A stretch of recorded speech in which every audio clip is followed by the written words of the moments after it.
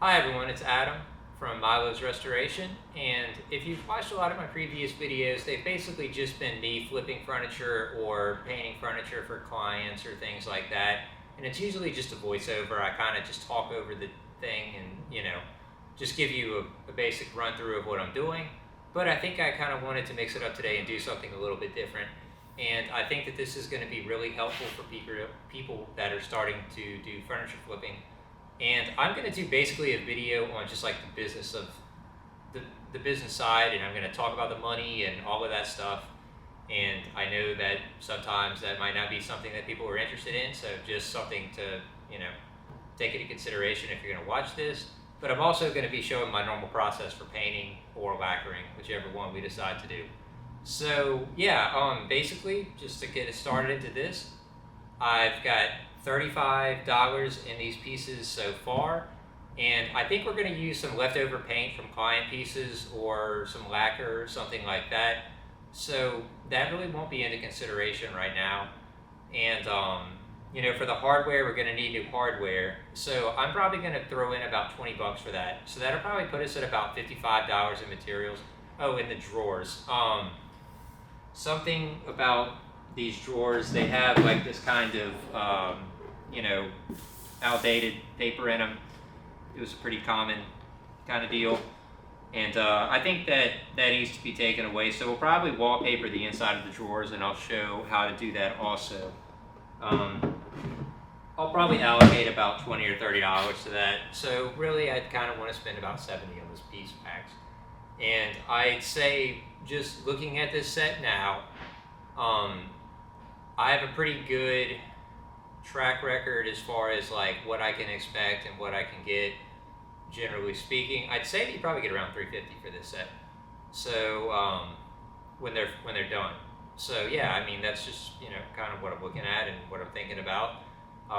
Nightstands are very profitable. They're very good profit margin piece. They're easy to move around. They're not heavy. Something good to start with and a little bit more manageable. So yeah, let's take a look at these and I'll show you what kind of right off the bat needs to be done. So cleaning a piece of furniture, that's obviously a very, very crucial step that you can basically never skip.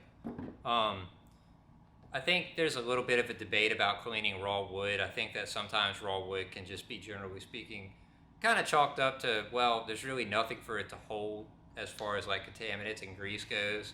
So I think, raw wood, generally speaking, sometimes you don't have to clean it. That's just a kind of exception. But anyway, for most furniture, you're going to need to clean it.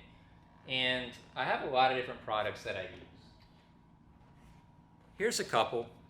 This is Crud Cutter. It's a good cleaner. It doesn't always work. Sometimes it's just not really the best way to go about cleaning a piece.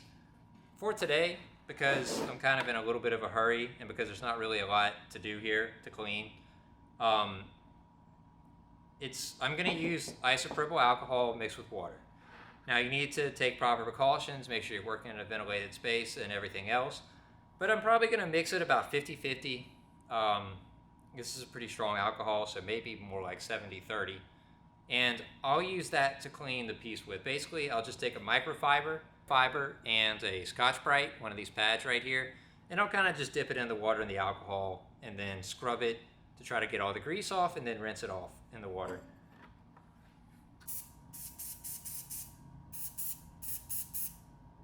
So I know I said I was going to get started cleaning, but I had these spots, and where it was burnt through the particle board, I wanted to seal it before I just soaked it with water and ruined it.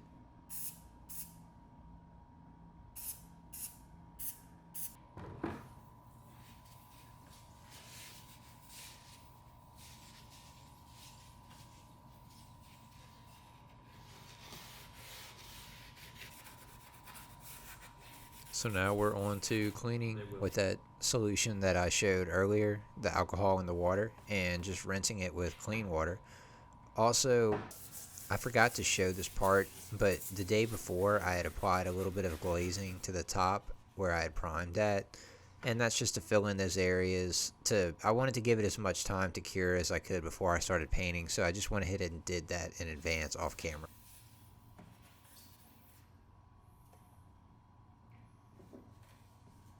off camera, but now we're gonna sand it down. And this was just dolphin glaze, and it's a 2-part component. So you mix it, you know, about, I think it's 2%, but it's basically just like a third of the putty pile. And I just mixed it, filled in some of the little imperfections and stuff like that. And yeah, now I'm gonna sand it down.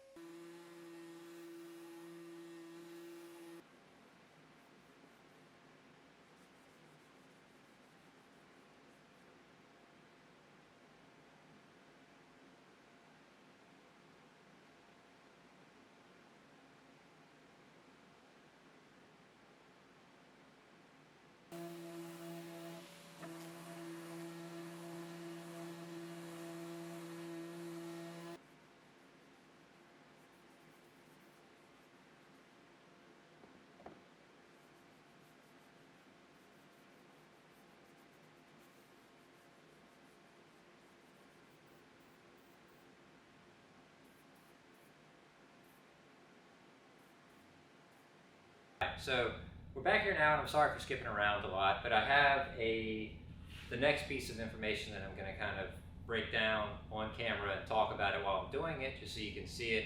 And that's going to be to wallpaper the inside of the drawers. So at this point, I've done basically the kind of pre-priming priming. I've got all of the areas kind of glazed, primed, sanded, and then I'll put down my color primer next, and then my lacquer.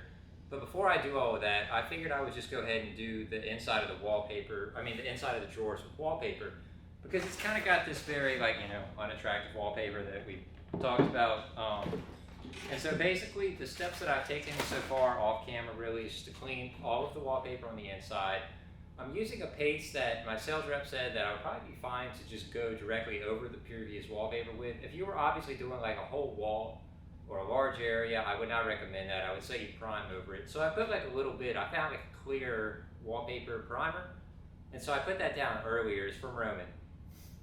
But yeah, so next I'm just gonna be applying the wallpaper, and I'm gonna show you how I do that here.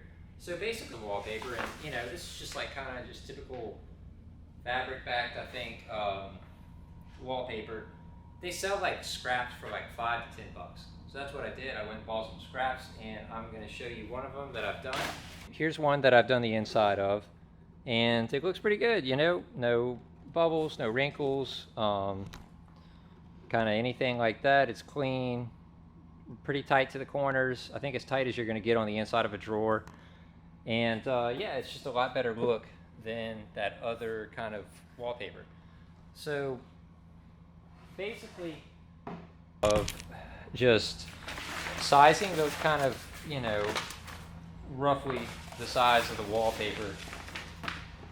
So let's say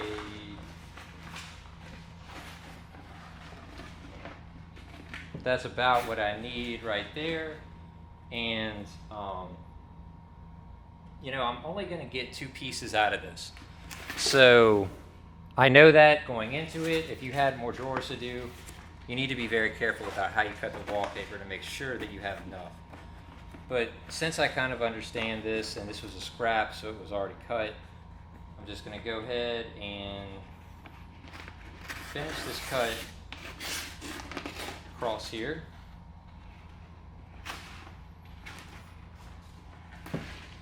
And I'm no wallpaper expert, just some kind of shellac based primer. I don't think I'd do this kind of clear deal again, or whatever it was.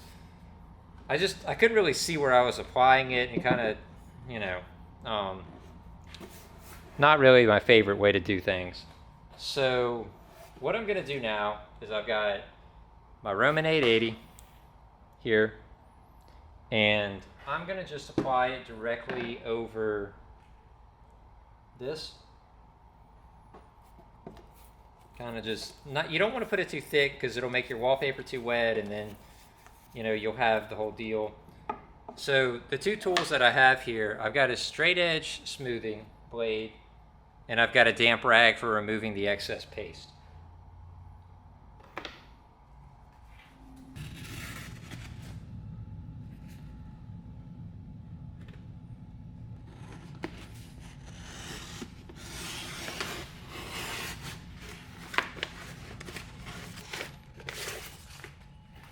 I apologize for skipping around here if it got confusing, but I messed up the original piece that I was working on, so I had to do another one, and I just kind of jumped into the middle of it. And yeah, this is me. I've cut another piece, and I'm about to glue it on. But this is not the original one that you saw earlier.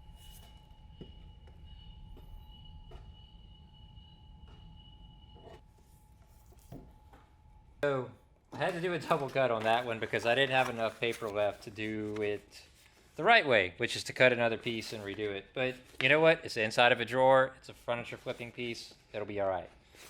So now this piece is cut more correctly. And I'm going to go ahead and kind of lay it in, you know. And as you can see, the closer you cut it to the size that you need it to be, the easier it is to manipulate it and get it into place. So I've got my damp rag right there, keeping it clean. And I put paste on here. And I'm gonna kind of start working it into corners without damaging it.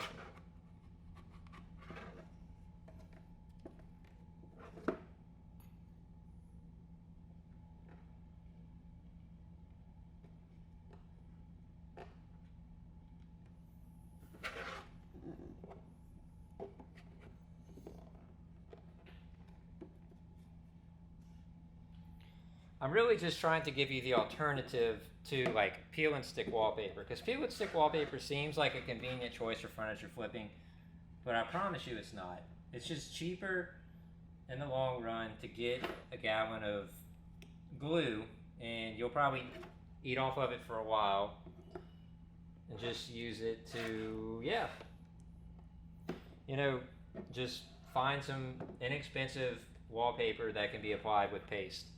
Because with paste, you have the opportunity to manipulate the wallpaper, and you know, when you're working inside of a drawer, especially one that's really deep like this, that's really important because this is hard to work with and to accurately place and cut. And peel and stick wallpaper, once it sticks to any surface, it's trash if it's not right. So yeah, that's just something to think about.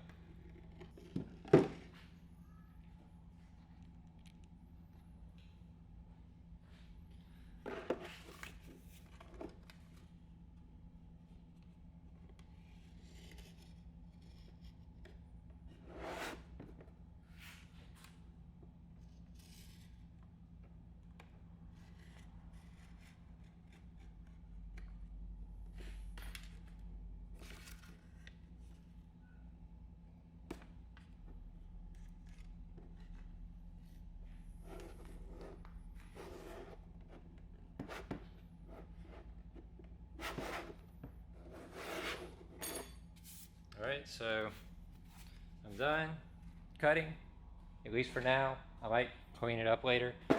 Take a wallpaper smoother and get out all of the bumps and inconsistencies.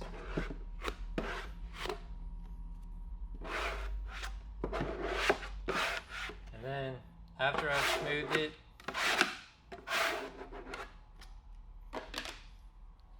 got my damp rag. I'm going to clean up all the paste.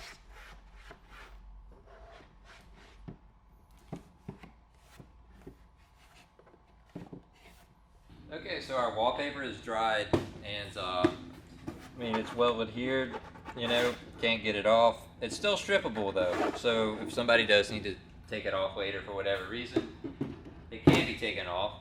But now we're going to start masking the drawers because, obviously you don't want to get any paint or anything on our freshly wallpapered drawers. I've got some orange frog tape in here. I'm just going to take it, load this into my hand masker. And the first thing I'm going to do is actually take a piece of tape and put it behind the holes for the drawer pulls, so that way no lacquer or anything can get inside of here.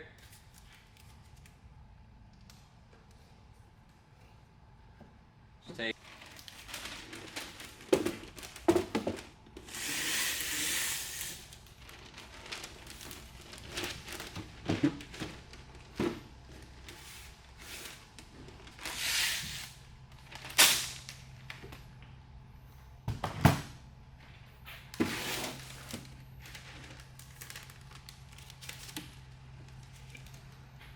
just this regular tape that I have here. It's masking tape, and I'll just kind of do like that, curl it over and make sure that it sticks on there. And then I'm trying not to waste too much tape here. Do the same thing for the other side.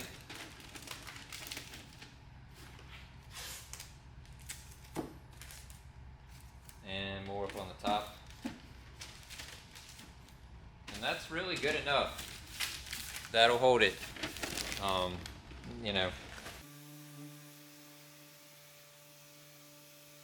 So I'm going to throw in this footage of me sanding back this blue kind of primer here.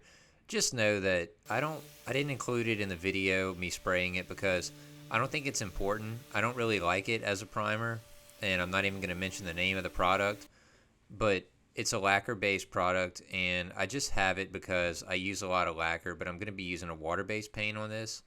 So I wanted to eat up some of that old lacquer-based sealer that I had, and the best way that I really thought to do it was just to use it as kind of like an undercoater and then spray my other primer on top of it. But just, it's not an important step. You could have just used the white primer that I'm using here instead.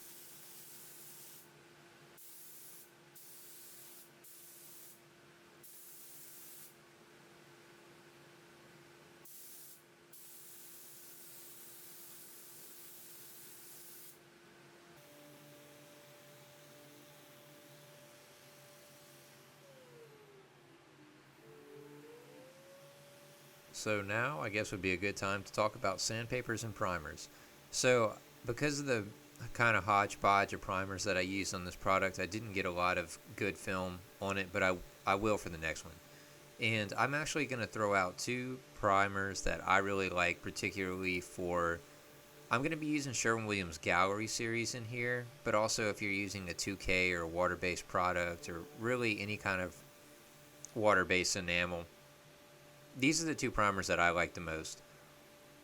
Centurion 111, catalyzed 5%, and BIN shellac-based primer. Also, if you can find a decent vinyl sealer in your area, those are good primers too, but they are lacquer-based and they do smell bad. The Centurion 1111, not 111. 1111 is probably the best one. Also, for sanding primer, I don't really see any reason to go anything other than like 280 to 320 grit.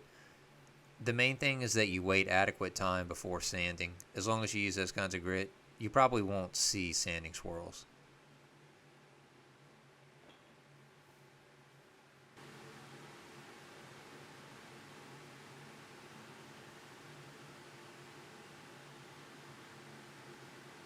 So this is Sherwin-Williams Gallery Series in 30 Sheen and Adirondack Blue. And I'm using my Graco Quick Shot. It's a good gun, and if you're kind of new to furniture flipping, this is definitely the gun that I would recommend. It's great for all kinds of home projects as well.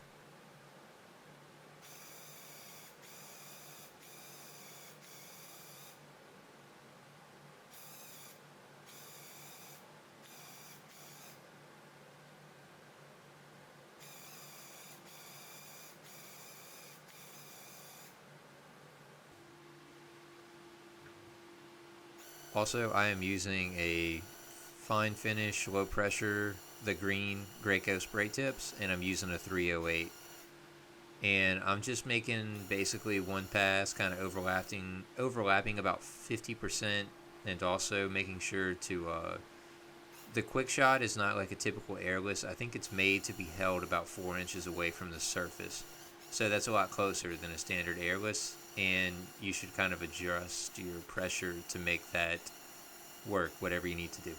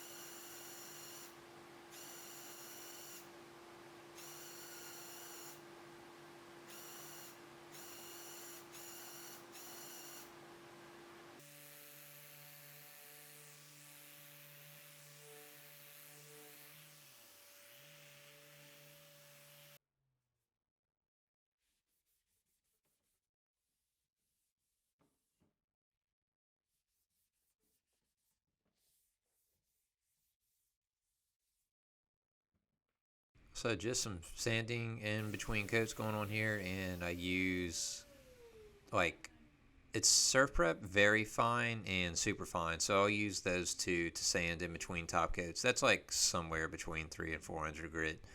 I don't really see any reason to get up. Some people go crazy with it to 600-800 grit. I don't see any reason for that.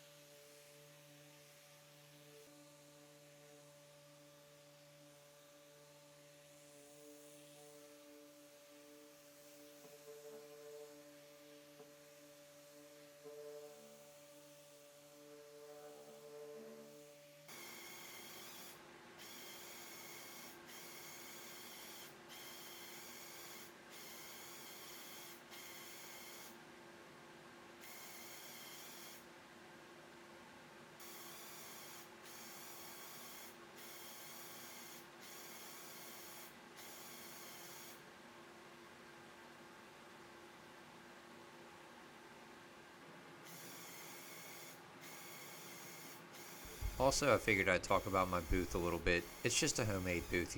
It's just framed with wood, and then I hang plastic on it that I change every probably 3 months, and maybe less time than that. But yeah, it's just that it's got two fans for positive pressure that are just regular Home Depot fans, and then it's got two larger extractor fans. And the reason basically I have the positive pressure is really just to keep the plastic from literally ripping off the walls whenever I turn the extractors on and close the door. But yeah, really that's it. And I just put the door on it really for fun. There's really no use. It could be an open face booth since half the time I spray with the door open anyway. But I do feel like having a smaller area helps to contain the overspray and kind of direct it out where I want it to go. And yeah, that's just, I have like a vacuum that I keep here, and I vacuum every day almost. So yeah, I vacuum in between projects and make sure that everything's clean. It helps to make sure that you have a clean paint job, especially for water-based paint. So now I've got everything done. I'm just putting the drawers back, and I spent a few dollars on some hardware. I also later on flipped the handles because it looks like a smiley face to me, so I wanted the bottom drawer to be up top. So now it's basically the opposite direction in my listing pictures. And I haven't sold this piece yet, but I have gotten a lot of saves and likes on it, and I've had one offer, but I'm kind of holding out for my full listing price. I ended up listing it for 320, I think, something like that.